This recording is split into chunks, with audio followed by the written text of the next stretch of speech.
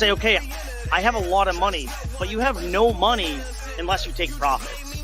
When the first ever spot ETF was created for gold 10x. And the only thing I really knew was Bitcoin at the time, so I just invested very heavily into that. Rode it all the way up. What's up? My name is Jeff. Even the creators have said it's going to be the predecessor of CBDC. What that taught me was that I need to be self-sufficient. A solid DCA investment strategy, and pretend the red sell button doesn't even exist. We about to go up like. Holy shit, boys. And we are live, and just like that, demonetized right in the beginning.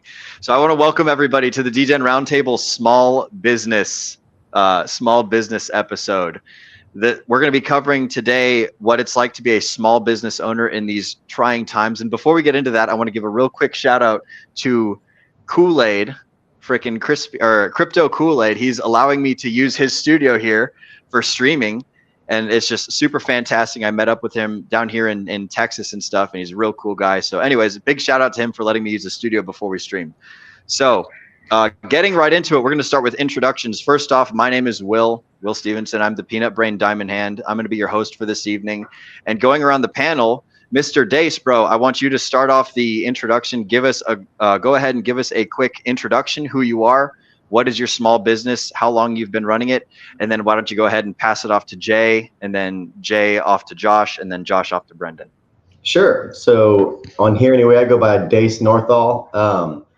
I do audio, video, and lighting, consultation, training, and systems design and installation for large-scale performance venues, whether that's house of worship or concert venues or hotels, schools, bars, you name it. I like to say that there's two types of people that spend money on those things: people selling the Lord and people selling alcohol, and I work with both of them.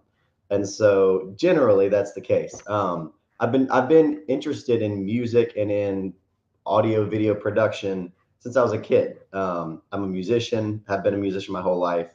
I started the business in 2016. I've been in the field since, I'd say, 2011. So that's a little bit about me and my background in terms of what I do. Jay, what about you, sir? Yes, sir. So, as all of you know, I am the Great Value Technical Analyst for the DGen Roundtable. But when I'm not on the show, I do run two sales businesses.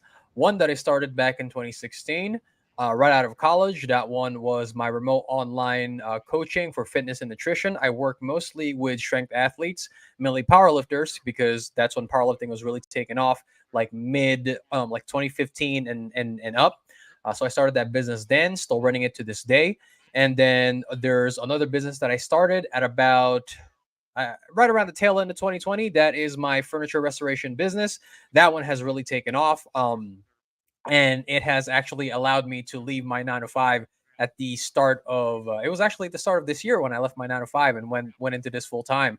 So all in all, I've been a small business owner, been an entrepreneur for almost, I mean, it's almost the end of 2023. So by the end of 2024, that'd be a decade. And I've been having a lot of fun with it ever since. So how about you, Josh?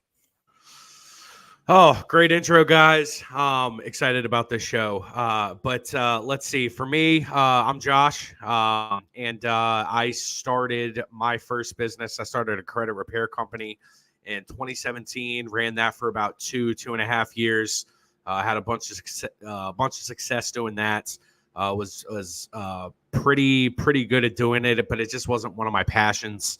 And then I transitioned into a real estate investment company, doing fix and flips, doing buy and holds to rent them out. The whole property manager, landlord side of the house. I still do that. I do that on the side. It's not a full-time gig. Eventually, I will, get to a point to where I want to do that full time. But just, not right this second. It's not the right time for me to transition into that full time. But yeah, so running a credit repair company and ended up selling that, and transitioned into the real estate investment side of things, and doing my full time job as well. So that's what I do. Brendan, I'm gonna throw it over to you, buddy. How about that plethora of experience that you have? Yeah, I've done one or two things in my lifetime. That's for sure. I guess the first business that I started to run myself, and in fact, there was a time that I thought about taking this business to become my main job. So just a history of myself a little bit. I've done a lot of different jobs, but the first job that I started in really doing some work on my own was interior design. So I did kitchen and bath design. That was my day job. And I had a lot of clients asking me for help outside of the scope of what my work, the company that I worked for offered. They needed a little more hands-on approach and really liked the way that I did work. So I started, doing some consulting on the side and some work doing design for some large scale builders and things to that extent. And so I had kind of like a fork in the road, if so to speak. It was it was like, hey, I'm not really happy with the company that I'm at, and I've been looking for jobs for a while, and none of them have really felt like they were the right jump. So I can either start this company where I have, well, not started, already had, but take this full time and make this my main job, or look for something that is more sustainable on the side. So at the time, I was like 23 years old, 24 years old, 25 years old. And I was a little afraid to make that jump. And so that's something that we'll want to talk about a little bit later. But sometimes when you're young and you're inexperienced, you're afraid to make that jump. So then I ended up going to a different company, still did some work on the side. And then I started running a whole different company. So for 5 years, I ran a clothing business. I was actually a sponsored skater at the time. We ran a subgenre apparel company. And what was interesting is we started as an apparel company, and we really morphed into an entertainment company, because where we made the most of our money was booking and promoting shows and events. And so I booked many bands. I've been on Rockstar Mayhem Fest. I've been on Warped Tour. I've been vendors for a lot of things. And, to be able to sort of build something from nothing. And I can't say that made me a lot of money, but the experience of just taking that jump into something really helped my future. So it doesn't always mean that what you did, if it wasn't successful making you a lot of money, doesn't mean it's not successful for your future. Sorry for the long.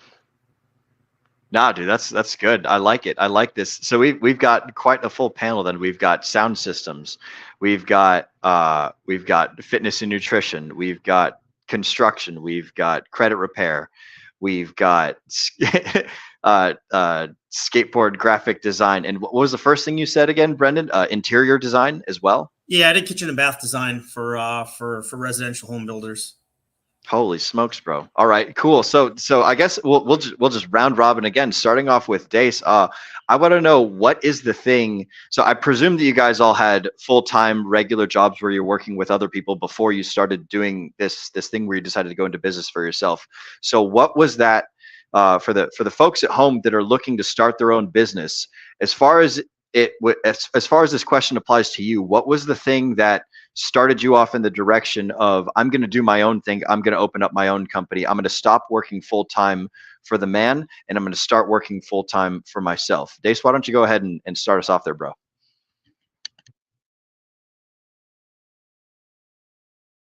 Oh, hotkeys got him. Uh-oh, Dace is muted. Try again. Oh no. So for me, like I said, I've been a musician my whole life. I come from a family of a real musical family. I worked in the field under quite a few different people, starting with just getting paid to play, to fill in, whether it's bass guitar or singing or mixing audio for church jobs on Sunday morning, or for retreats or special events, what have you. And then for a time, I got away from that. I went to college. I studied philosophy. I actually had intentions of practicing law at some point in my life. But I realized, after taking the LSAT, after going and touring quite a few different law schools, and working under an attorney here locally in my town, I realized that, Brendan and Josh said something that pinged in my mind. They were like, it wasn't the right fit, or I wasn't happy there. That's why I pursued music in general first, and then later on decided, hey, I'm going to do it for myself, because I found it so rewarding to practice and make money doing something that I love to do, that it felt like a worthwhile challenge. That if I can pull this off, if I can do something that I love and make money doing it, that I will be better off than if I were making more money at a place that I didn't appreciate the job. That over time, that would deteriorate me as a person. I'm pretty disagreeable by nature. I'm pretty, and I think that it would have encouraged, being an attorney, I think would have encouraged the worst parts of me. It would have encouraged, it would have, my creative spark would have sort of fallen by the wayside. And I didn't want to let that happen. And I think that I've always just been curious about, hey, can I do it by myself, right? So like I said, so starting in, I would say 2011, 2012, I started to work first on staff at a big church and school that had lots of events. So I got lots of reps doing, practicing the craft behind the soundboard, doing all the different aspects. And then an integrator, the church that I was working at hired an integrator to come upgrade their systems. We ran into a critical issue with that system that was being upgraded. And not only was I able to remedy the issue without having to send the board off, I was able to basically teach the integrator a little bit about how that board works and how it needs to be integrated, and he hired me on. And now today I'm actually competing against that gentleman. And so it's been a complicated and interesting road. But like I said, I think at the beginning, at the bottom of it, I love what I do. I love firing up everything and it all works. The sound fills the room, the lights fill the room, and you see the fruits of your labor. You can experience it. And you're also giving somebody a conduit to express themselves, right? I think I'm very analytical on one side. I have to wear a lot of hats too. I've got, rigging concerns. I've got signal flow concerns. I've got how it's going to look to the people spending the money that kind of don't care about the technical stuff. They just want it to look okay and work fine.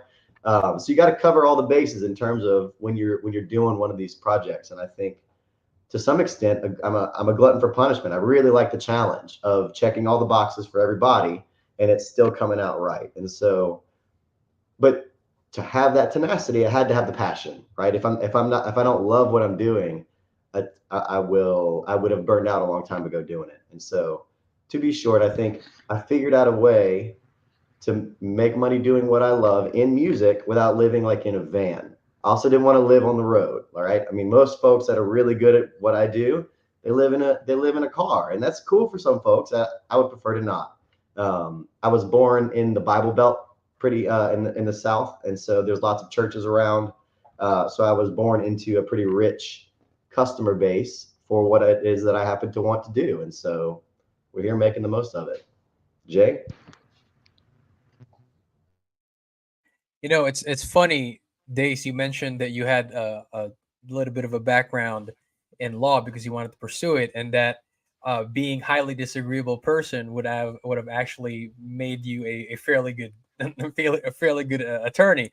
It's funny because growing up, my family and those close to me told me the exact same thing. They always wondered, why did you go pursue fitness and nutrition?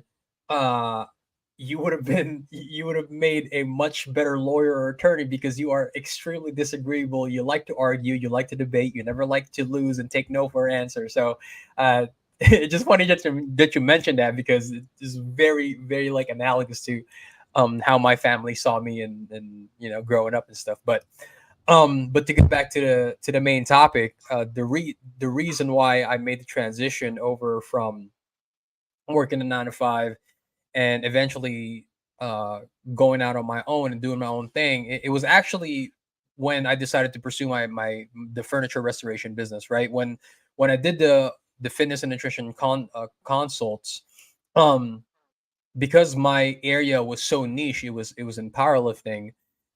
It was a good supplemental income for sure, but it wasn't paying me a king's ransom. Right, it allowed me to offload a good portion of the bills, but it wasn't paying for everything, and it wasn't allowing me to save up or invest. And so I still had to have a job at that point, and I was perfectly fine doing that. right? But 2020 comes around. You guys all know what happened in 2020. Android 19 comes around, and like shit hits the fan, and businesses are closing left and right. People are getting laid off.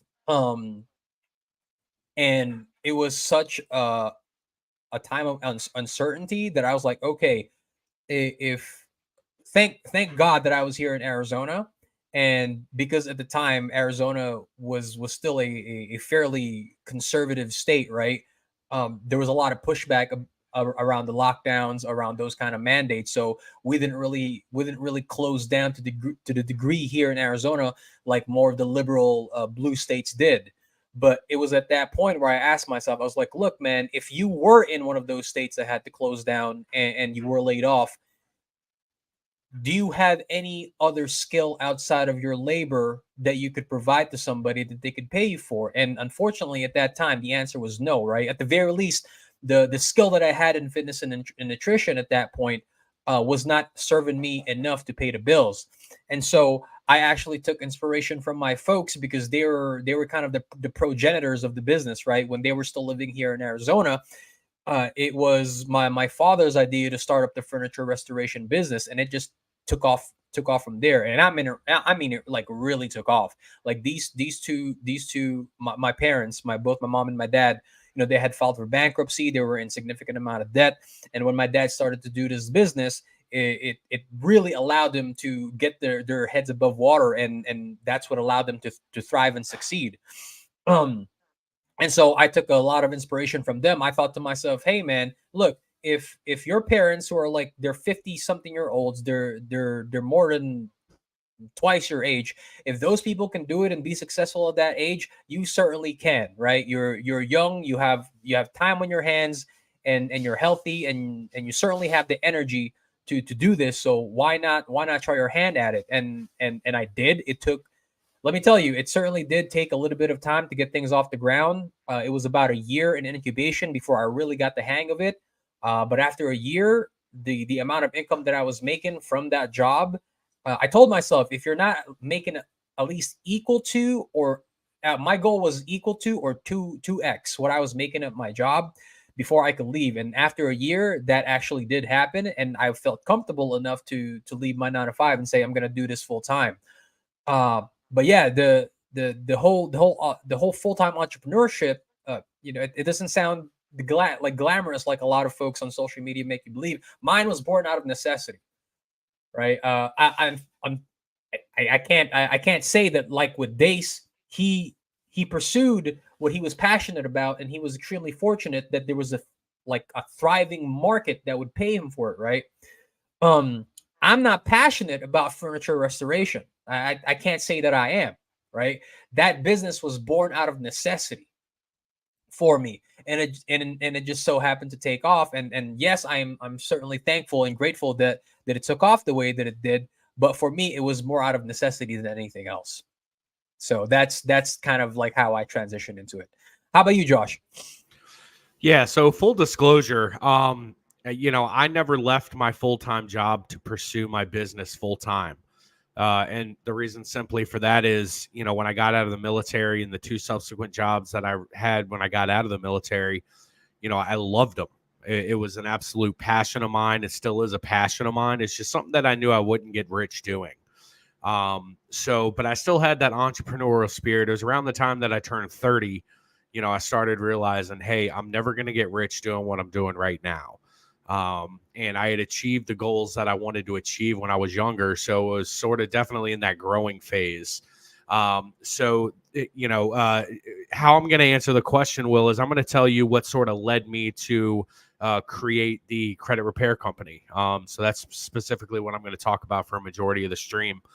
When I got back from my first deployment to Iraq, I think I've told the story one time.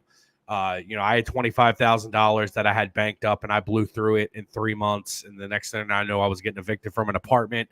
I had creditors calling me every single day. My credit score was sub 400, and it was absolutely terrible. So I went through the ringer trying to get my credit back up, and I learned the process of doing that. And over my 20s, throughout that period of time, I instilled strong financial disciplines into my life. I read everything that I could. I studied as much as I could on financial discipline and, you know, the power in saving and the power in investing and stuff like that. And so when I was sitting around, I thought to myself three things. I said, what interests me? What do I have a natural talent for? And what would be a good market fit? You know, the financial side has always interested me. You know, I'm a financial coach. It's something I'm good with numbers. I'm very analytical. So it just seemed to be a natural fit for me.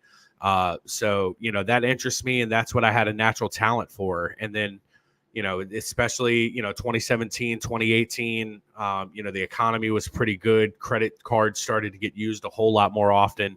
So I thought to myself, I said, you know what, there's going to be a lot of credit debt out there. And, you know, sure enough, you know, but, you know, Americans right now, especially, are running into a period of time where they're depleting their savings accounts and they're using more and more credit. But I could even see it going back then. So those are the three principles that I sort of utilized to determine what I wanted to do. And then, like I said, you know, it's just because right now I'm doing what my passion is right now.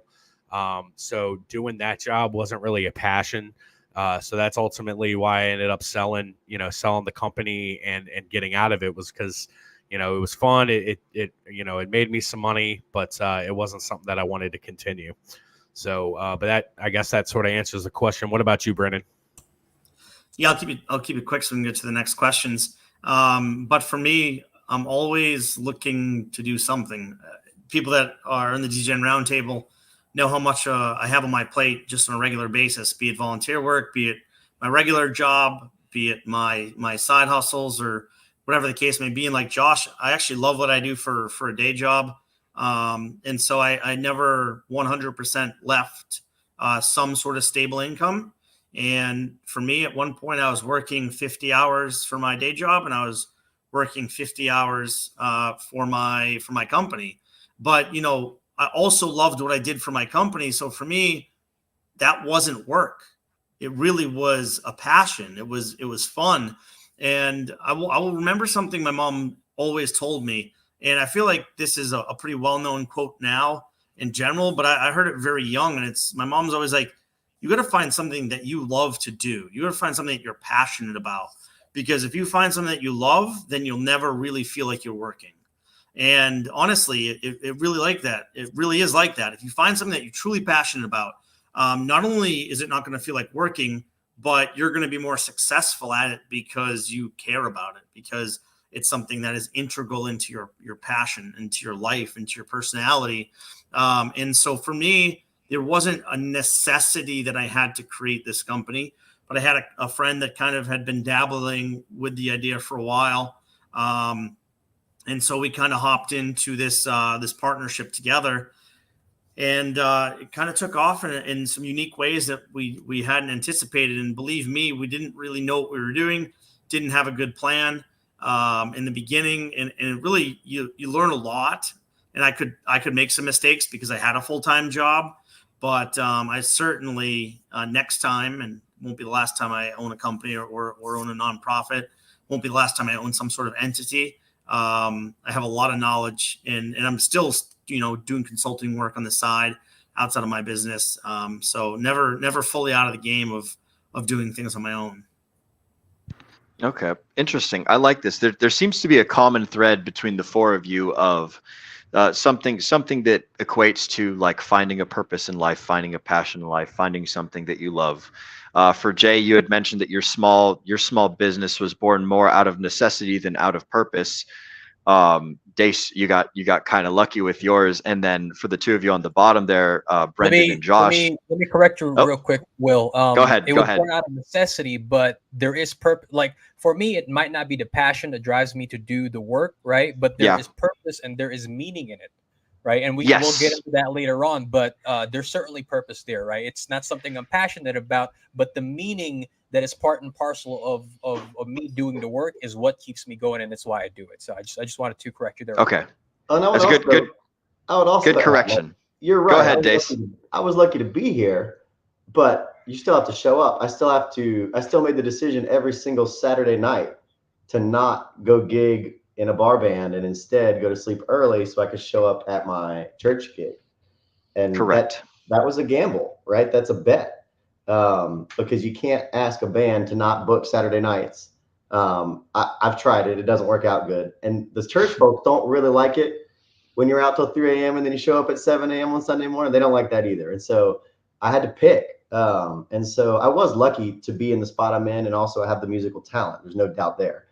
But you also have, even if you're blessed with some of those starting pieces, man, if I chose, hey, you know, staying out to 3 a.m. Saturday nights and drinking is fun.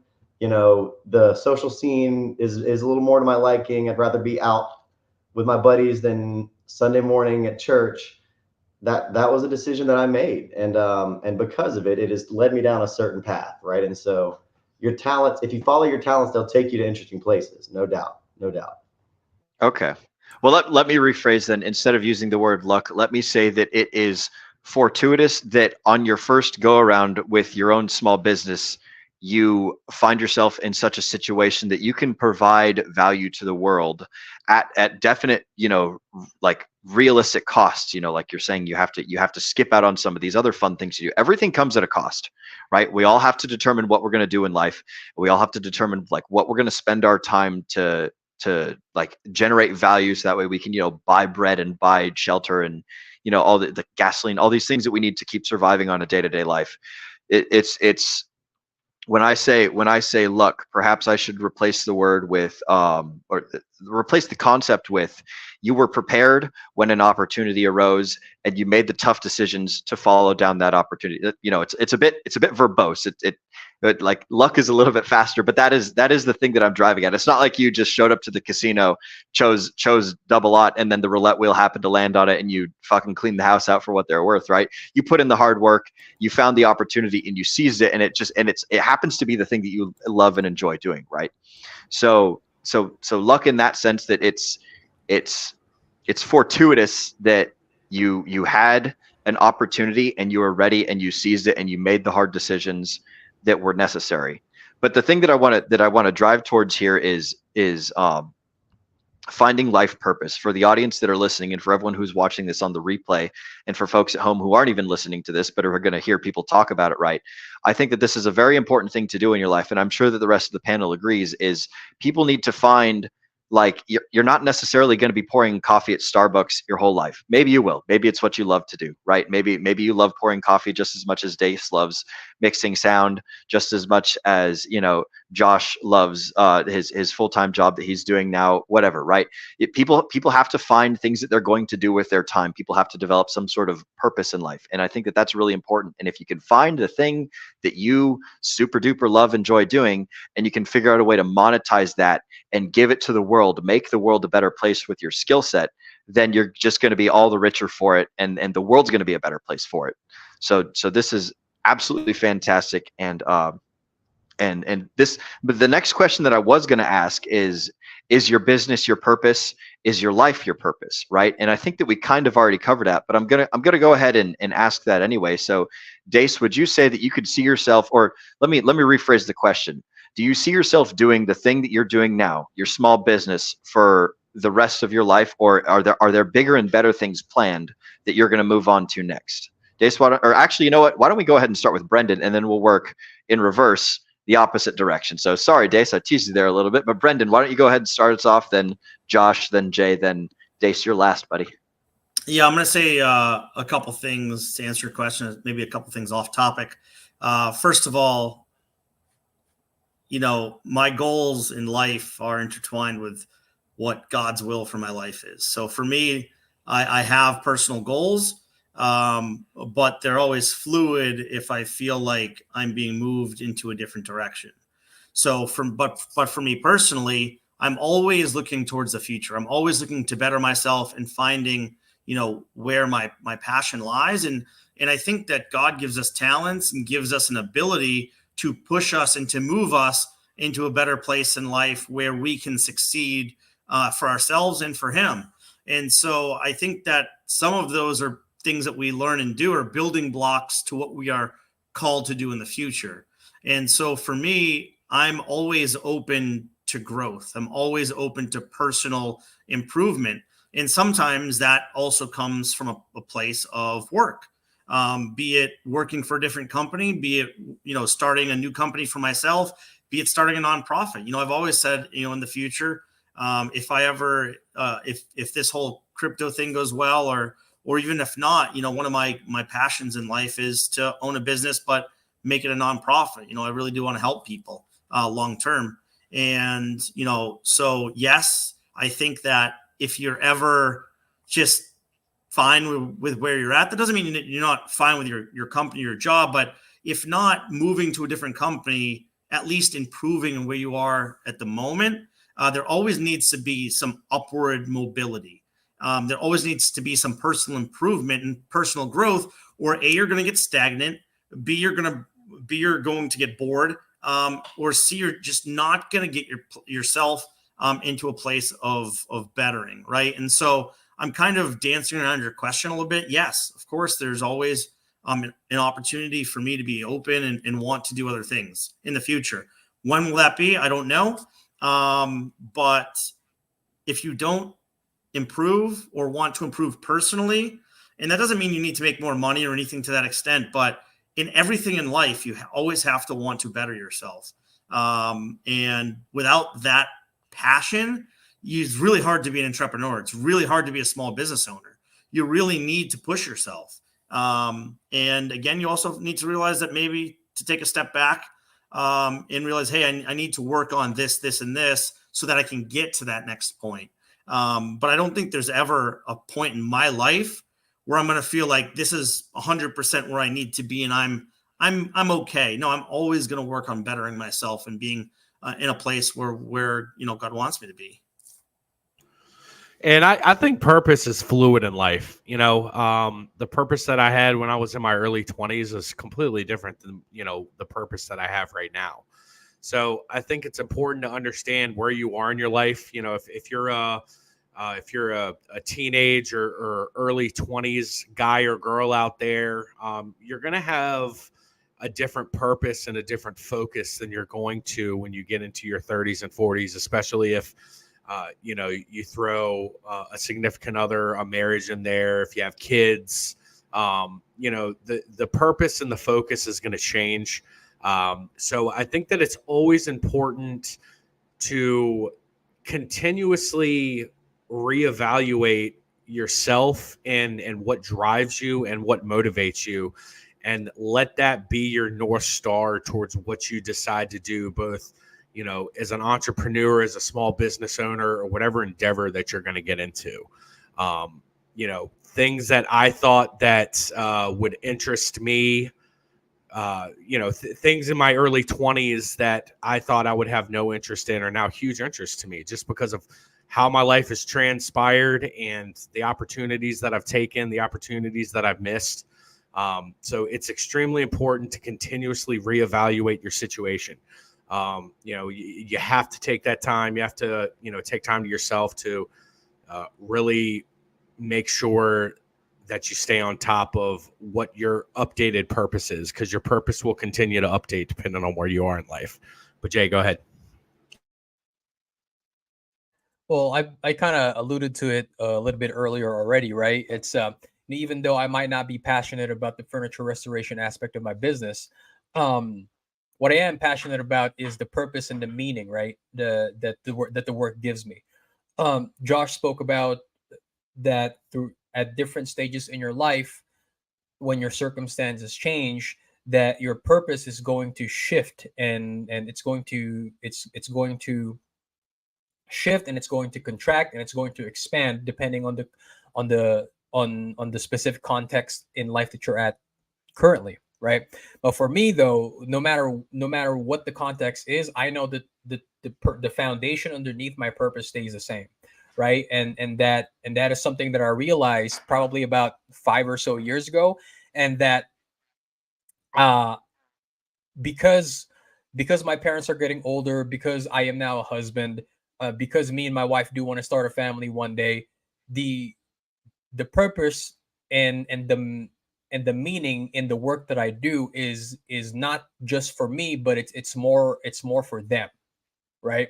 Because I want to be able to provide a life for my wife and for my children that they would have not been able to otherwise, right? I want to be able to retire my folks. I want to be able to, help out my sisters with their student loans. And that is the meaning that gives my work value. So even though I'm not passionate about the work itself, right? I'm not passionate about the business itself. What I am passionate about is the meaning that that the work gives, right? And so, regardless of whether I'll be doing this business for the next 5 years or I transition to something else, the foundation and the purpose remains the same, right? And that's going to carry me throughout the years and the decades that come in the future. So that's kind of my take on the purpose related to the work itself. So for me, I do love what I do. I think I will always be a musician of some sort. There was a time where I played poker to pay the bills back when poker was booming and on TV and stuff in the mid to late 2000s. And at that time, there was a 2-year period where I thought I was done with music. I sold bass guitars that I still regret selling to this day. I made some serious life changes and thought that I was sort of over it, and it didn't let me go, so to speak. Opportunities continue to arise at amazing moments, and I think that I get a sense that I'm doing something that I'm supposed to be doing, at least for now. I can't imagine myself not doing it as I get older. Hearing is the easiest sense to lose. I'm constantly nervous about losing my hearing. I bring earplugs to places and look a little silly sometimes doing it. I actually just recently got bumped up to probably the best Sunday morning, biggest, sort of production value church in my town. And they reached out to me. And so I think that I'll be doing this a long time. I do love it. And I think how I do it will change, even from having started the business where it's just, hey, I show up and mix the sound and it sounds good. Now I've gone to, I would like to provide for the people that work for me. I would like to provide them security. I would like to provide them a future, to have them to buy into a greater vision. It takes a lot of effort to go from, hey, you have a knack and a talent for this, to here's a marketable company and skill with a crew of people. It's a whole different ballgame to translate that raw creative talent into a serviceable skill and company. And you touched on something earlier I wanted to circle back to, which is to make yourself find one of your skills that people that well-off people value, that people that have funds will want to pay for. Jay's laughing because he knows it's right. I mean, that's what he does. He markets, you got, but my father was a consummate salesman and ran his own business for a decent amount of time. And he always would say, you got to sell them what they're buying. And it sounds dumb and it sounds tautological. It sounds, self-serving or self-evident, but it's true. And there's real wisdom there that, where in the market is your niche as it pertains to your skill plus the demand of those who have the money to pay for it. That is what I've tried to focus on in terms of growing and in terms of diversifying my business. And so that I circled your question a little bit, but ultimately I wanted to say that I do see myself doing this my whole life, but how I've done it from the beginning to now is very different. And I imagine it will continue to evolve. It won't always, like Brendan said, you have to continue to grow. It is a prerequisite for working for yourself, because nobody's going to push you. There's no quota. There's no boss saying do this more or better, or hey, you're forgetting this stuff. And so I fully agree. You have to continue to get better. And to that end, the core of what drove me into my field I think will be there until the hearing goes. But how I do it and everything else around that, that's probably going to evolve and change if I'm doing my job right.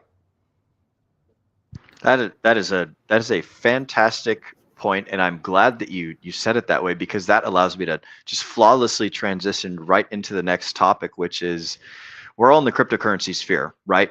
And because we're in the cryptocurrency sphere, and because we're paying attention during this this whole duration of the bear market and this bottom of the bull market, all right, we're going to presume that we're all going to make it. And because we're all going to make it, we're all going to become insanely wealthy beyond our wildest dreams. And with that wealth, we're going to be faced with a question of, we don't have to worry about survival anymore. We don't have to worry about, do I need to bring in funds to survive for at least the short-term period, right? And so with that, most people in our shoes don't have that sort of worry on their day-to-day life. So as we become wealthier and our audience becomes wealthier, the people who play the crypto game successfully, and like we start generating money, we start generating funds, what do people need to consider before they start chasing their dreams, before they start pursuing their own businesses, before they start finding a purpose in life to serve the world while chasing something that they're interested? And what are the beginner steps? What are things that people should look for, both from like a soul searching perspective, and what are the things that a person needs to do when they're first starting out a business? So perhaps that's too much all in once, but I want to see, like, what are the things we need to look for, and what are our beginner steps for getting this stuff going? And Dace, we'll start with you, and we'll round robin in the exact opposite way that we just did. So hey, Will, real quick. Hey, Will, if it's easier, if you want to, you can just throw a question in the middle and we can just all answer it if you would prefer that format, whichever one's easiest for you. Throw a question in the middle? What do you mean? Yeah, just go for everyone? Yeah, just throw a question out there and start a dialogue around it. If that's easier for yeah, let's do that. You know what? Or however you want to do it. Yeah, let's do that. I like that. I like that better, Josh. Thank you for the suggestion. Let's do that. So so whoever wants this, right, come off mute. And how do you find your purpose? And what are the beginning steps to starting a business once you figure out your purpose? Ready, set, go. I wanted to speak quickly on just the first part, on the first thing that you said, which was, if you don't have that sort of passion or drive, and you come into a bunch of wealth through your investment means or through cryptocurrency, through inheriting it from your parents, you need to be aware that there's a void being created, right? You are as a human being, as a person that lives in our culture, in our society, you have a drive and a need. Jay said, look, I see a need in my family, and that's why I do what I do. If that money, if all of a sudden you snap your fingers and you've got 10x, 20x, 50x, 100x more money, and you don't have a cause and you don't have a thing to do, right, with that money, good luck using it wisely. Good luck spending it effectively, and good luck allocating it in a way that's going to serve you best in the long run. So for me, it's very much a guiding and a grounding force, the thing that I love to do, the thing that also drives me to that discipline. And so you mentioned the soul searching involved. I think having a daily discipline, whether it's exercise, meditation, prayer, journaling, whatever it is, those things are invaluable. And if you're not doing them, and then you come across more assets or more value than you're prepared to handle, then it could wind up being to your own detriment that you have this excess and that you have this gift because you don't know how to properly allocate and expend it. And so I just wanted to touch real quickly on that. So I'll try to tackle both of the questions here, Will. So for the first one is how do you identify your purpose? I think that's a very difficult question to answer because I think the purpose that you find that moves you and drives you forward in life is going to be different for everybody, and the circumstances in which you identify that purpose is going to be so radically different for each individual. It's very contextual, right? I can tell you at the very minimum, when I started out my coaching business and I was a single guy in college, the only thing that I cared about was providing for myself, right? And so as long as I was making enough money to meet my basic necessities of life, maintain a certain quality of life, and have a little bit of money set aside to save in case of emergency, I was good, right? So my purpose then was just to pursue what was good for me, right? But that changed once I got married. That the purpose changed once I realized that my parents are getting old, and if if the day comes when they're no longer able to work, then they're going to need to rely on somebody, because we all know that the government's not going to take care of them, right? So especially in the Asian culture, where there is an expectation, although my parents would never say this out loud, that there is an expectation that the children, especially being the firstborn son, has the responsibility of taking care of their parents, right? And so the way that I found my purpose is very contextual to me. So I think that's the easiest way that I can answer that question, is that you're going to find a purpose in your life when it comes to you, right? And there's no blueprint, there's no rule book, there's no steps 1, 2, and 3 that anybody can give you that says here's how you find your purpose, right? You're going to know it once you find it, right? You're going to smash into it, and then you're going to be able to identify it. The next thing, what are the first steps? Dace touched on this a little bit earlier, and the easiest way that I could probably answer that question is I was listening to a podcast with Alex Hormozi a few days ago, and he spoke about something that Gary Vee talked about, right? He was like, I'm really pissed that I didn't think about it myself because it was so easy. He says that the question was around how do you find your niche in life, right? When you're a business owner, when you're an entrepreneur. And Gary Vee's answer to that question was that you are the niche, right? And so what he meant by that, I think what he meant by that is, or at least, what my interpretation of it is, your specific combination of skills are going to allow you to create a niche for yourself that nobody else has, right? Like, for example, I can give you a good example. I'm going to use myself an example. Fitness, health, and nutrition. I got my furniture restoration, so I'm really good at woodworking my hands. And I can use the word passion. I'm very passionate about crypto, right? And so if I can take all of those different skills, right, all of those disparate entities of myself, put them together in a way that allows me to stand out in a market that doesn't have anything else that resembles me, and people find value in it, right?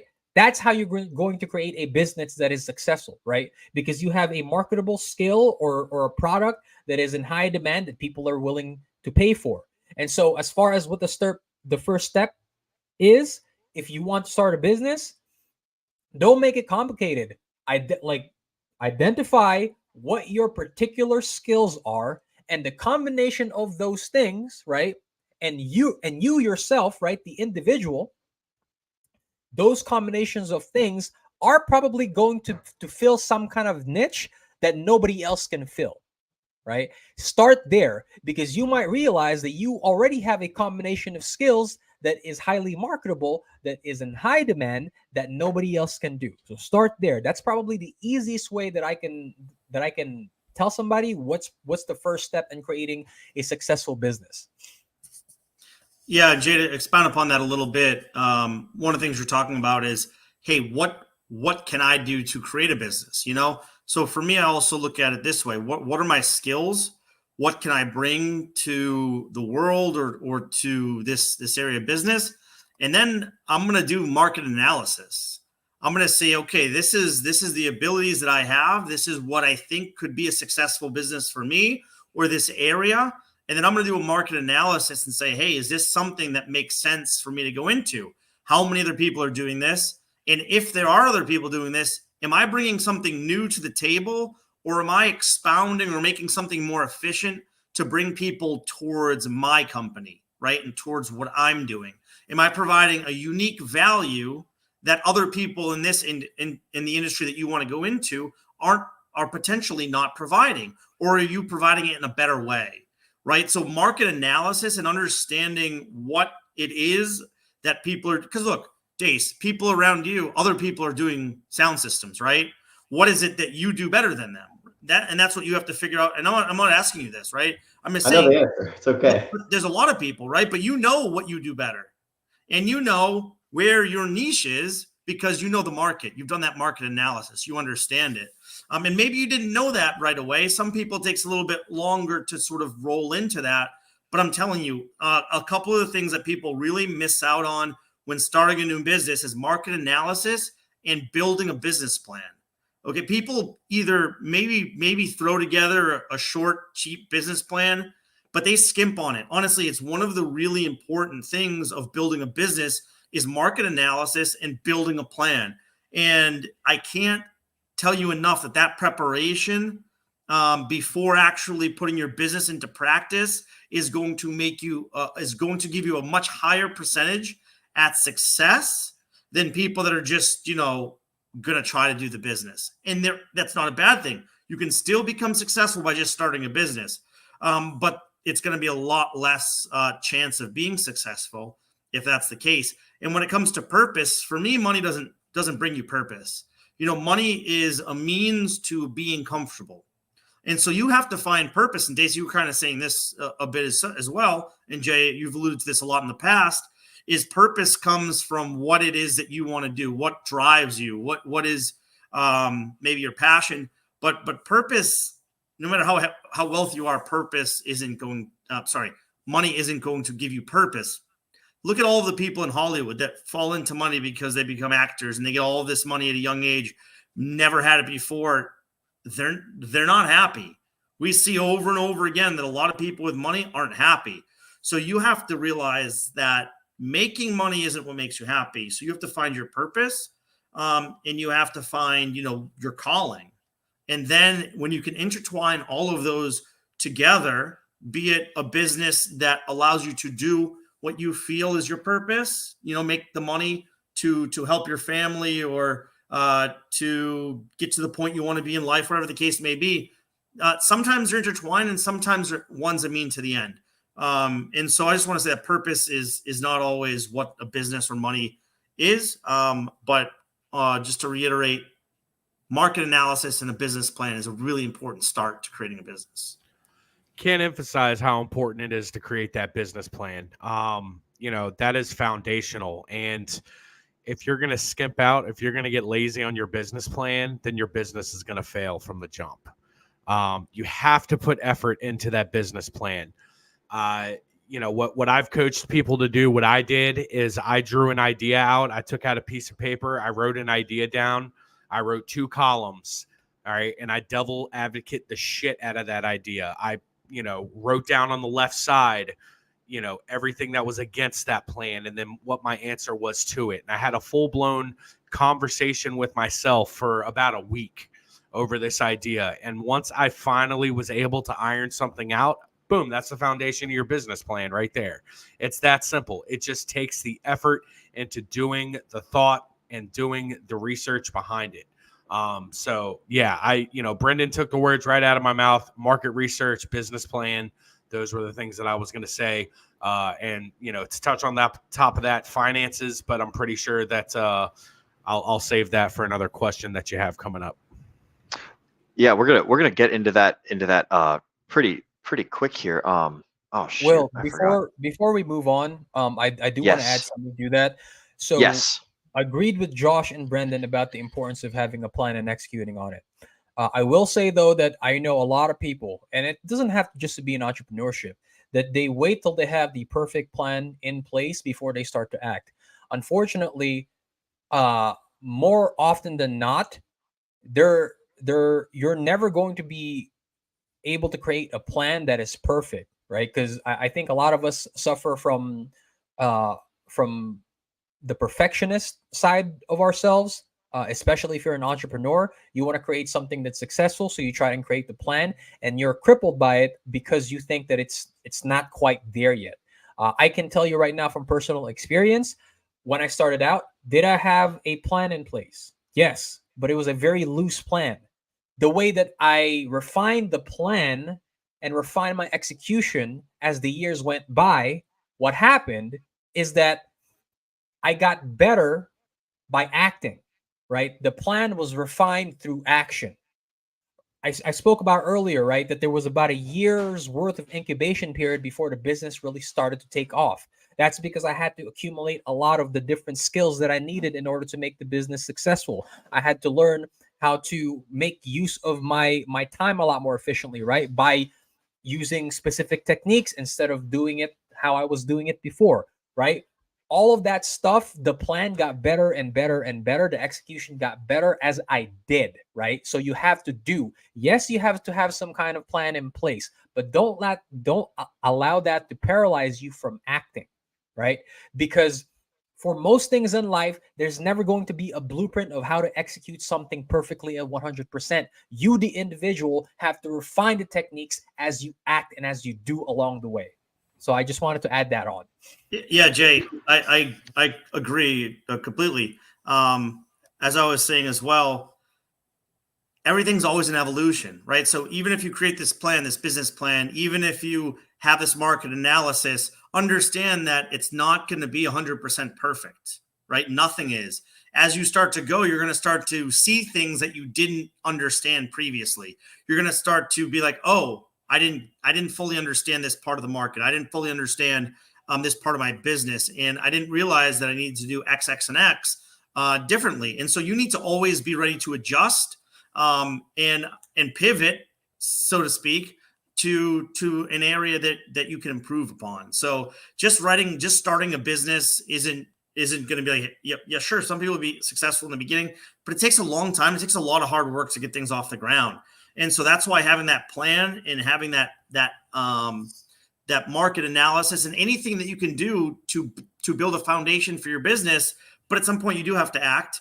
And at some point you need to adjust your vision based on the experience that you've accumulated. So these things are always important and always changing. And so it's not just one thing at a time, but it's always an evolutionary process. So good point, Jay. Yeah. Let me give you guys a really quick example here. Like I mentioned earlier, right? I took a lot of inspiration from my parents when I was just starting out because they've done the business, still doing the business, and have been hyper successful at it, right? And so, for example, I would ask my mom and my dad, hey, like, what kind of merchandise do you guys sell over there a lot of in Oregon, right? And they would tell me what they were doing. And so I tried to emulate that here in Arizona. What I found out was that because I am in the middle of like Arizona State University, a large portion of my clientele, the people that I serve, are students. And so the merchandise that's the high ticket items that they might have over there in Oregon are not going to be the same things that I have here, right? I had to discover that by making the mistake of just copy pasting. And then as I realized who my clients were, who the people that I was serving, then I molded my my inventory to serve them better, right? So it's just one of those examples where you can have a plan in place, but you're going to become better. The plan is going to become better. The execution is going to become better as you do, because you find out things along the way that allows you to refine the process that you're trying to get better at. I've experienced the same thing. When I first started, I had lots of raw musical talent. Now I do lights, I do video, I'm rigging stuff up in the ceiling. Got to make sure it doesn't hit pastors in the head while they're giving a sermon. Like, I've learned lots of stuff other than just using my ears, and if you're like you said, if you're doing it right, it will evolve you. That pursuit itself will change you and will grow you in a direction that if you're aware, if you're disciplined, you can hone that into further financial growth, further career growth, and in the direction that you need it to go. I love the rigging. I can super duper relate to rigging. Most of my life is surrounded by rigging. Josh, I remember what I had thought about where you were talking about building the business plan and going through the process of writing all that stuff down. And it reminded me of a quote from Dwight D. Eisenhower, where at least that's who I remember it's attributed to. And what he was quoted as saying is that the plans themselves have no use, have no value, have no merit. The act of planning, however, is invaluable. Going over all the and this seems to be the thesis that everyone is agreeing on here, is going over the process of brainstorming ideas, thinking of different problems and solutions, and coming up with remedies and things like that. Going through playing all these little war games, these little simulations, like going through the adaptations that is real life. That's one of the most important things here, and that was what Brendan was saying too. That everything is an evolution. It's a constantly honing process. And Jay, what you were saying also was brilliant. The whole starting with like 80% solutions instead of like getting something that's perfect and hard and bulletproof, like right off the bat. It's like you absolutely hit it off on the head there, because like things are never going to be perfect. Things are never going to be 100% like airtight concrete, whatever, right off the bat. And the thing that I was thinking about in respect to that is that, like, why is it that people are always trying to do 100% purely accurate, like flawless plans, as opposed to 80% solutions? And the thing that I came up with is like it ultimately boils down to, I think, and perhaps you guys have a different opinion on this, but I think that it boils down to people don't like failing. People don't like rejection. People like trying to do flawless operations. People will protect themselves further against failure and against losing something than they will like work hard towards, or then they will value making something perfect and flawless and fully operational and stuff like that. So what do you guys have any thoughts on that before we move on to the next topic? A lot of people use it as a crutch. Like a coat. Yeah, exactly. It can be used as a crutch a lot of times, and depending on what you're looking to do, if it depends on your situation too. If you're starting with a side gig, it might not take as much capital, it might not take as much of your resources, but if you're going headstrong straight into it and you have to divert, you have to put everything that you have into it, then of course that's going to be a safety mechanism, is making sure you have a 100% plan. But I think most of the time a lot of people use it as a crutch to begin with. Why they might not jump off right away. But Dace, go ahead. I saw you come off mute. Yeah, look, it reminds me of writing a rough draft in school. It reminds me of making note cards, right? Nobody wants to make note cards. Nobody wants to write the rough draft. But after you've done it, you become acquainted with the content. You become acquainted with your own thoughts on the content, and you can organize them in a way that is serviceable to somebody else. That's why they teach you to write a rough draft before you write an essay. We don't have to do that now. We've got ChatGPT for that. But the fact remains, what you were saying really rings true, in that you have to submerge yourself in the pursuit so much so that you're willing to fail to learn. And that's a level of exposure that most people aren't willing to take on. I think that was kind of what you were getting at too, Josh, is that you just can't, at some point you have to jump in. Like I said, I've got some natural talent in some aspects of what I do, and the others have been honed through challenge and through sometimes saying I can do it and then figuring out how to do it. And I think that some amount of that translates to my customers as well, because they know, okay, this person not only has raw talent, but they show up, they're making the note cards, so to speak, right? They're doing the homework. They are persistent in their pursuits. They don't just rest on the laurel of whatever raw talent they may have. That gets you called back, and it gets you, hey, can you do this for us too? And it gets the people that you work with interested in working with you in new ways and trusting you more, because somebody that exhibits that they can push back against that fear of failure and stick to something and see it through and see that it's done right. There have been jobs where I've not made money on the job, but the job was done right. And that has yielded me return business every single time. And so it's, I think that tenacity, for me, I am too lazy to have that kind of tenacity unless I love what I'm doing, unless I'm bought in, unless it's my name on what's happening. And that's another reason why I like to work for myself, because it pushes. In high school, I played tennis. I didn't play team sports because I liked it being on me. If I won, it was on me. If I lost, it was on me. And so that's its own challenge in terms of learning to work with new people. That's my new challenge now, is incorporating employees and training new people and trusting people in their role and sort of finding their gifts and putting them where they are talented. That's a whole nother skill set, and it's a whole nother ball game. But I couldn't go from just good at one little niche thing to running a business and running a crew of people that all have unique gifts if I didn't have that tenacity, if I didn't fight back against that fear of failure, like Chocolate was talking about, and if I didn't do the homework, and make sure, care enough about what I was doing that I made sure it was done right, even if that's at my own expense, time or monetarily. You do that enough times, and you'll get good at it, because you want to make money while you're doing it too. And if you have the personal buy-in, you're sort of bound to this goal. And so, for me, that's really helped propel me along, is having that personal stake and my name on it. Where at the end of the day, I'm not doing it for somebody else, where I could say, well, they made a bad product and no wonder it sounds bad or whatever. It's, hey, no, you picked it.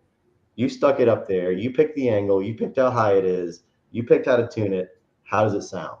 It's on you, And so having that behind me, pushing me forward, helped me learn to be more disciplined and make the note cards and do the rough draft, so to speak. I'll even throw a metaphor out there. It's like you're walking around a grocery store and you see a super attractive blonde walking in the aisle up ahead of you, right?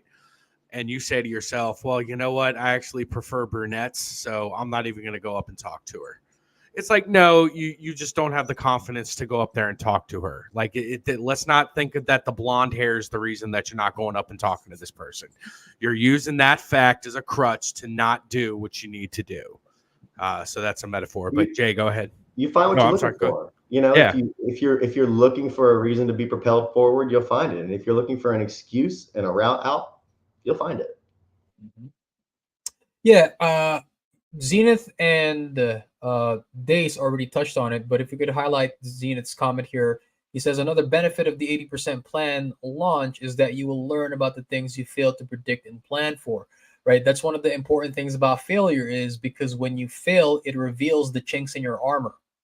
Right. And so once those weaknesses are revealed, then you can learn how to address them so that they don't deter you in the future.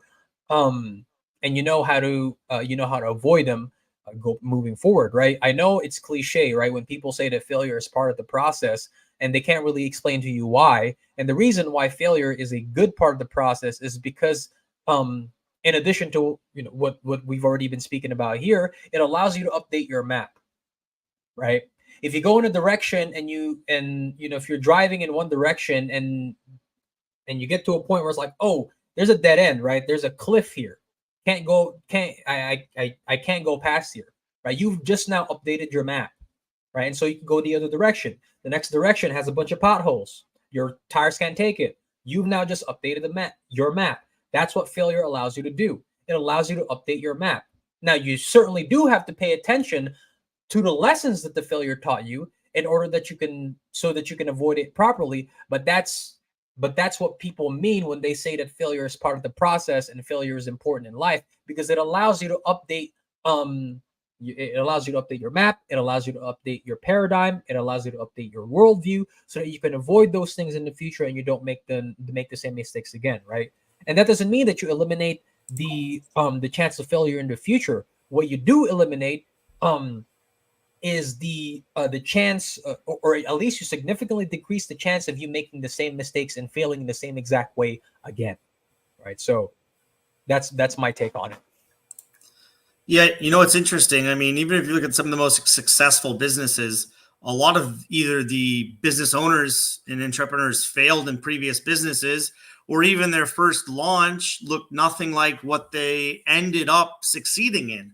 Take Amazon, for example. Can anyone remember what Amazon first started selling before it became a full online marketplace? Books, bro. Books, right? Yeah. Books. We're just going to go sell some books. Sounds like a great plan, right? Did it make them any money?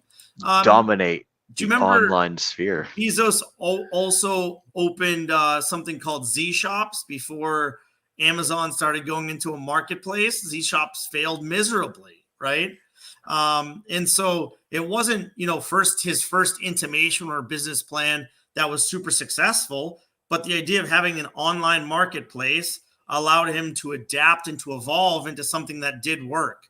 And so, yeah, he didn't expect Amazon. He never foresaw Amazon as the end goal when he started his business. It evolved into that through failures and through changes based on where he saw mistakes and where he saw opportunity. But what he didn't do is stop creating business opportunities for himself because he failed. It only allowed him to pivot or transition or try something new. So failure isn't a bad thing. Failure is something that's going to happen in your life. You are going to fail at something. You're going to fail at many things in your life. And sometimes it's not going to be a business. Sometimes it's just going to be you failing. Maybe you're going to fail your family sometime. Maybe you're going to make a mistake that hurts somebody. You know, there's a lot of ways that we can fail in life, and it's how you wake yourself up and pick yourself up from the ashes and say, hey, this is how I am going to make this right.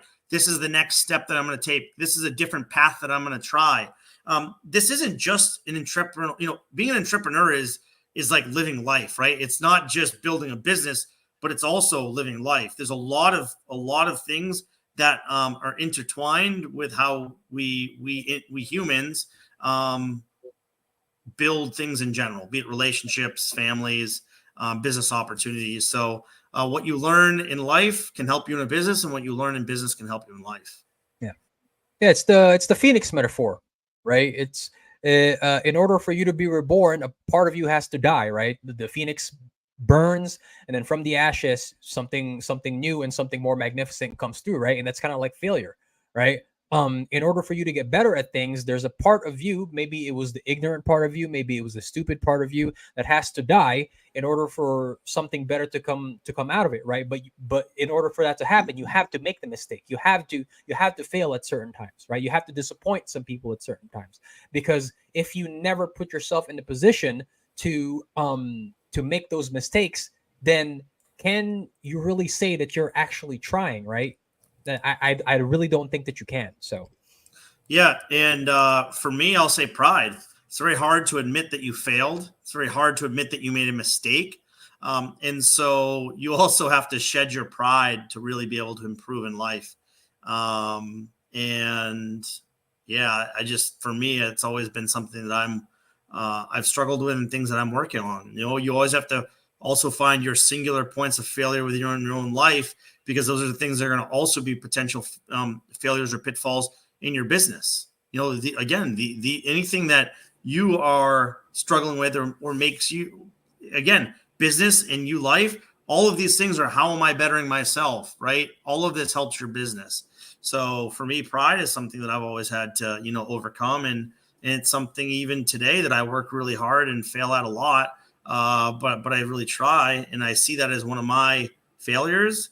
And I'll tell you right now, that's one of the things I struggle with. But the first thing is realizing that, and then you can try to work at it. And the homie Nate McKinnon said it right here best: do hard things. Quote from Mr. Will Stevenson himself.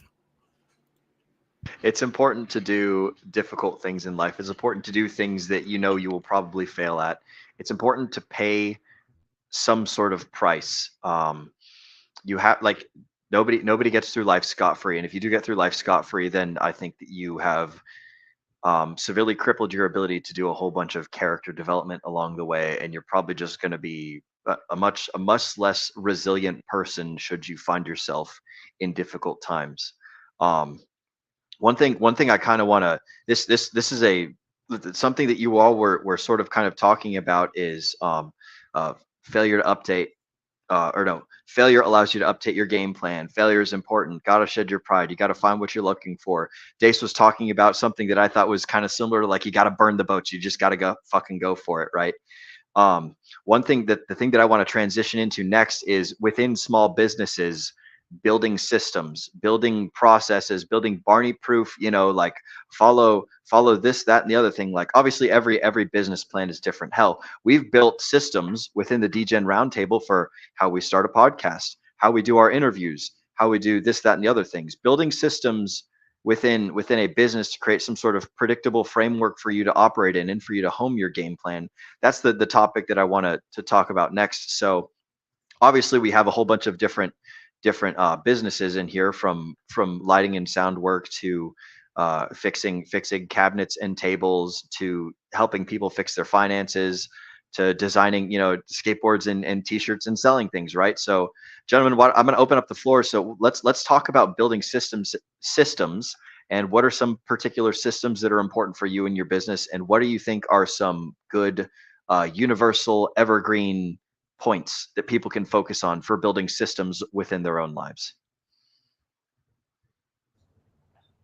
So I will probably hop off here after this one. Kind of have to run after this question real quick, but I wanted to touch on something I try to do that I think, Brendan, I think I actually heard that you do, and that's network, right? You got to write down people's names. You got to write down what they do, especially if you're in the field that you're trying to work in. I just started a new mixed job on Sunday mornings at a different church than where I've been at for 9 years. And I try to make a really strong point to go to the lighting guy, and I'm doing audio. I'm doing front of house audio only for this place. It's a 3,000 person mega church. I'm doing my best to learn the audio guy, the lighting guy's name, learn the video guy's name, learn the people that I'm working around, learn their name, because the day might come where I need to hire some help in that field. And I know that the people in this venue, they are already vetted and they're already some of the best in their field because they're in this sphere, So once you know the field you're trying to work in, network in that field, because that will be where your opportunities multiply and where you build a reputation for yourself. For me, the audio, video, lighting business, it's a small world. People know of you pretty quickly if you're in a smaller town and you're doing a niche role. Finding, what is it, the riches and niches, there's some sort of a correlation there. I think there's a saying about it. But yeah, I think in particular in your niche, once you find that thing that you want to pursue, whether it's your passion or whether it's just, hey, this is gonna help facilitate my goals and my passion and my stuff in the future. Whatever the field is, make sure that you are well networked in that field and that people are aware that you do what you do. That's something that's actually not come easy for me. I do love what I do, but I'm not a natural networker. I'm not a natural, that's not my natural mode. Being an audio engineer, I like to be behind the scenes. I like to run things from behind the board. And if you're going to go sell, you can't be that way. You have to be personable. You have to be able to communicate with a customer at the level that they're at. And so I think basic communication skills is something that, regardless of what you're pursuing, if you build a system around your communication skills as it pertains to your job, whether that's carrying a little notebook around to take notes on opportunities that come your way, on contacts that come your way, small systems like that. You can grow into things like HubSpot, where, okay, now I've got all my customers are laid out here and I can shoot an email blast to them. And, you start here in the field and you grow, you take those pieces that you collect and you say, how can I stick them together to build something bigger and better? That is something that I think hopefully is translatable to not just my field, but to any field. So that would be my suggestion. That's a very basic thing that people will be amazed at the level of attention that it feels like you're giving if you just do those things. And Brendan, I know you know that that's true. And so, yeah, I just wanted to touch on that and also give you kudos and say that that's something that is, I think, repeatable, like I said, regardless of your discipline and of the field that you're in. Yeah. Excellent. Real quick, Dace, are you saying you're hopping off right this second? When we're done going around this one, I'll have to. Okay. All right. Excellent. We'll give you a proper send off. Brendan, go ahead. Yeah. So Dace, you're right. I mean, not just networking, but don't burn bridges. You never know who you're going to need in the future, right? Or not need, but you don't know who you're going to have to talk to, even if you're not working directly with them, that you might have to coordinate with. So sometimes you have to take it on the chin, to not burn bridges, but that's just the way that business works sometimes. When we're talking about processes, Will, because I think you mentioned, processes within the business, the first thing for me is, when I started a business, we didn't really have a lot of opportunities for automation when it came to, media, when it came to how we roll ads, how we try to get our name out there. And business is really changed a lot recently, and business processes have changed a lot recently because of the opportunity for optimization and automation, right?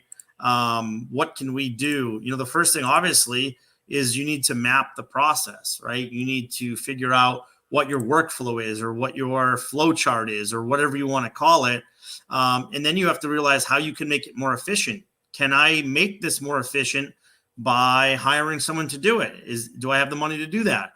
Can I automate it? Can I use some sort of artificial intelligence technology that's now out to allow me to, run Twitter, run ads through Instagram, Facebook, whatever the case may be, but something that allows me to do more time doing my business and allows this automated process to run behind the scenes and to provide value to me and my business. So there's a lot of things when it comes to business processes in general that you need to say, hey, how can I improve this?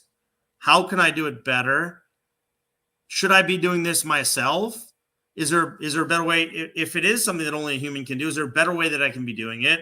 Or is it a possibility that I can automate it? I'm not just talking marketing. Depending on what your business is, there's obviously ways that you can automate your business. For me, when I had been making clothing, when we first started, we were making all of our t-shirts and all of our designs by hand, right? So that's pretty cool, right? Everything's handmade, everything's hand designed, screen printing by hand. But at some point, you need to automate that process to become more efficient at things.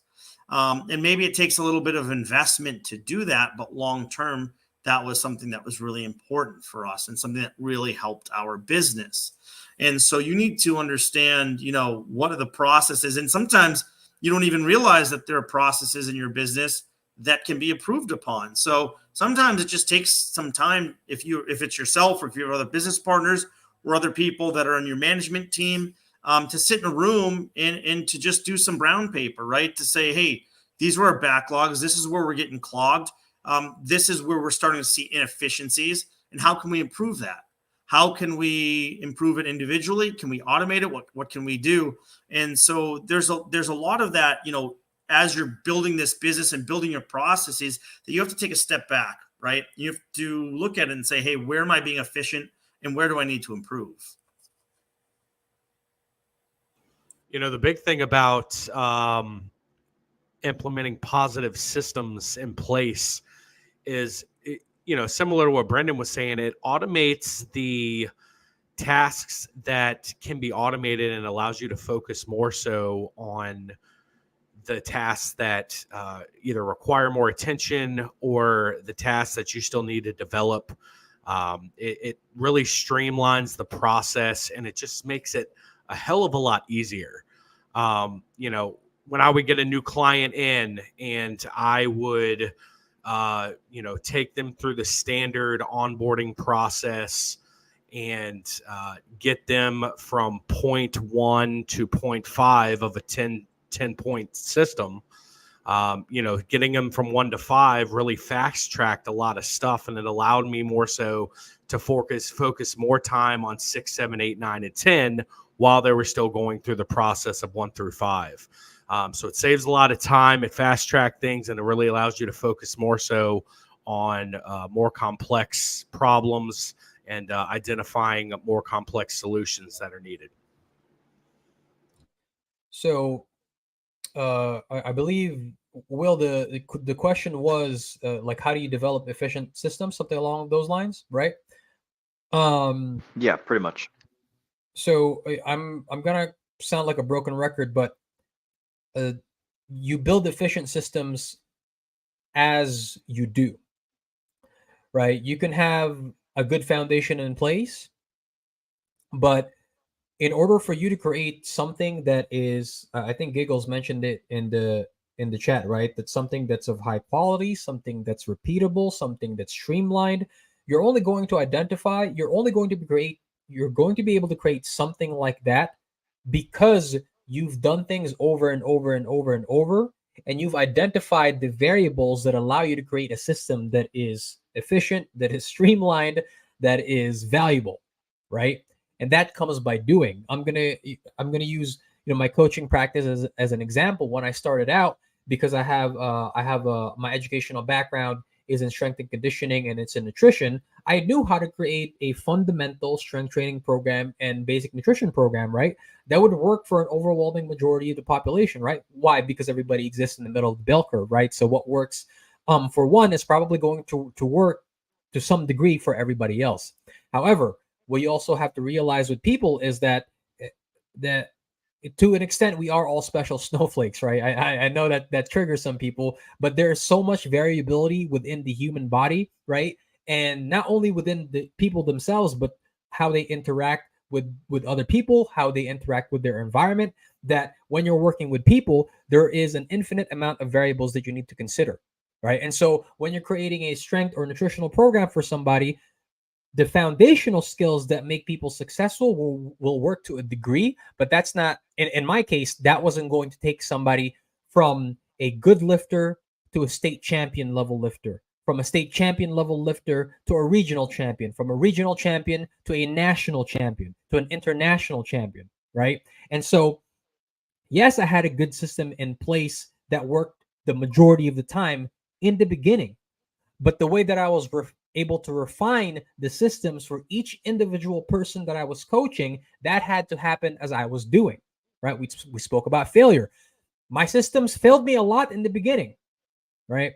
And as an entrepreneur, I think a lot of people can emulate with me is that when, especially being a coach, right? When your athlete doesn't get on the podium, when they miss out on the championship, right? When they play silver instead of placing gold, you can't say it's because you didn't do the work. Even if they didn't do the work, the onus and responsibility is on you as the coach, right? And I think that applies for a lot of other businesses in life, especially if you're the one in charge and calling the shots, right? The onus is on you. When shit hits the fan, the responsibility lies on you, right? And so the way that I was able to hone and refine the systems in place for each individual lifter was I had to fail a lot of times. And the failure, after each and every single failure, came the refinement, right? And that's what allowed me to become just a good general coach to somebody who took a handful of people to multiple state, regional, national championships, dozens of records across a ton of my clients, because I refined my systems as I failed and as I did along the way.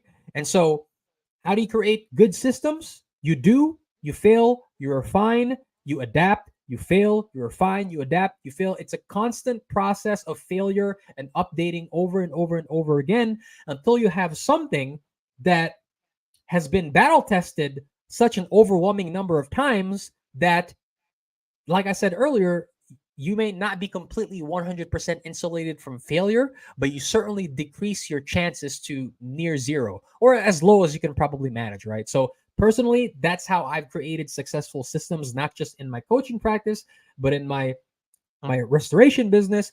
And I think that's probably something that all of you guys can empathize with me, right? How you've created effective systems in your businesses, in your practice, that you've been able to just kind of like automate in the background.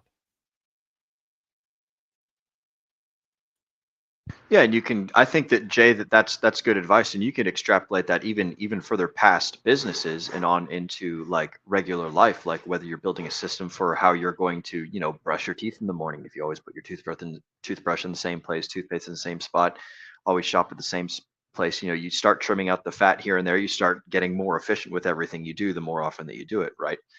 And that's super duper important in life is cutting out the fat, cutting out the wasted time, cutting out as many unnecessary steps as possible, because let's face it, we all only got 30,000 days of life, roughly speaking. And so the more time that we can save avoiding mistakes and avoiding wasted space, the more efficient we're going to be, and the better we're going to make the whole world as a grand total result. Dace, is it time for you to hop off on here, bud? You pop and smoke? I think so. Yeah, I'm gonna get on out of here. I got an earlier one, but man, this was great. Thank you so much for hosting us, Will. Yes, sir. Chocolate. I appreciate you, brother. All of y'all. Before you go, Dace, is you got anything coming up in the pipeline? Anything that you want to tell the folks at home before we get you off of here? Where can people find you? What's going on? You can find me at Dace Northal on Twitter or X. I try to retweet and repost a lot of news as it's happening in the RH ecosystem. Definitely follow us on Telegram at the DGen Roundtable. I think the link is probably in the description of this video.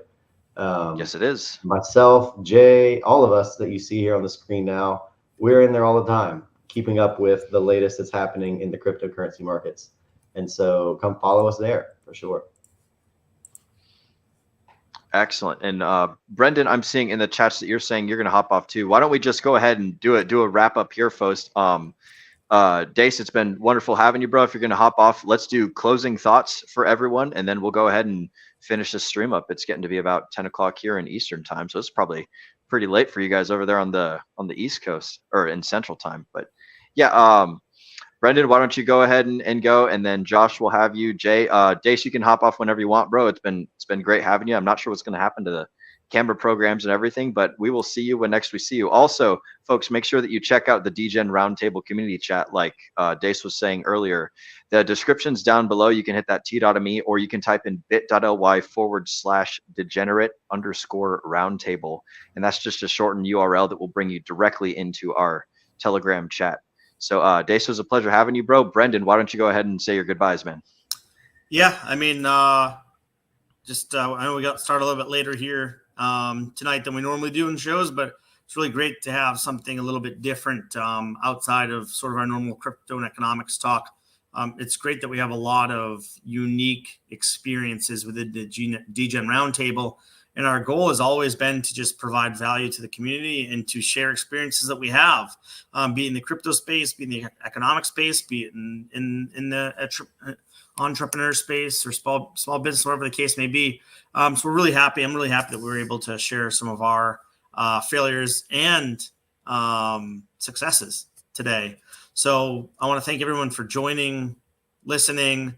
I know this is a busy week. We have a lot of shows coming up with the Earn Protocol that dropped yesterday. So if you like the liquid loans video, definitely check out the Earn Protocol, because, one leverages Pulse, one leverages Pulse X. Both are really important to the Richard Hart ecosystem. And, to be able to have some guys within our DGen space, be able to deep dive into protocols like that and to provide, how they work in a very easy to understand way is unique. You don't get that in a lot of places. And so you can see that we have a lot coming out this week. We have another show tomorrow. I won't be able to join it, unfortunately, but we got a little Whiskey Wednesday before Thanksgiving. And I think we might even have something coming up Friday. So, we're pumping out stuff to try to help the community. And we really thank you guys. And I hope everyone has a happy Thanksgiving, a blessed time with their family, friends, and can't wait to do this again in the near future. So thanks, everyone. Thanks, Will. Thanks, guys. Yeah, man. And if you guys haven't done so already, make sure you smash the like button. Make sure you sub to the channel. Make sure you hit that notification bell, and make sure the biggest thing that you guys can do is share this URL across all your social medias. But yeah, we got a great episode tonight. We got Whiskey Wednesday tomorrow, our Thanksgiving special. That's going to be live at 8:00 p.m. Eastern time tomorrow. I'll be hosting that. We're going to have a bunch of people on the panel, and we're also going to be having a bunch of folks from the community that are just going to pop on and chit chat with us from time to time. I've been coordinating it for the last couple days. I mean, we have a full packed lineup. So we're going to have a bunch of folks hopping on to chat with us and just tell us what they're thankful for and all that good stuff. So that's coming up tomorrow. And then I believe we have book club on Friday, and then we're back for our regular show on Sunday at 8:00 p.m. So that's what we got coming up around the corner. You guys can find me on Twitter at Chocolate Taints. You guys, I believe you can find me on Instagram there as well at Chocolate Taints. Yeah, looking forward to tomorrow night's show. Jay, what do you got? Yeah, certainly want to thank everybody for joining us tonight. Thank you, Will, for hosting us and for asking such very good questions. I know starting your own business, being an entrepreneur is intimidating. And I know that people on social media may make it seem more glamorous than it is, but take it from me and take it from the guys here. They spoke about it earlier, but one of the best things about being an entrepreneur and owning your own business is that it gives you 100% complete independence, right?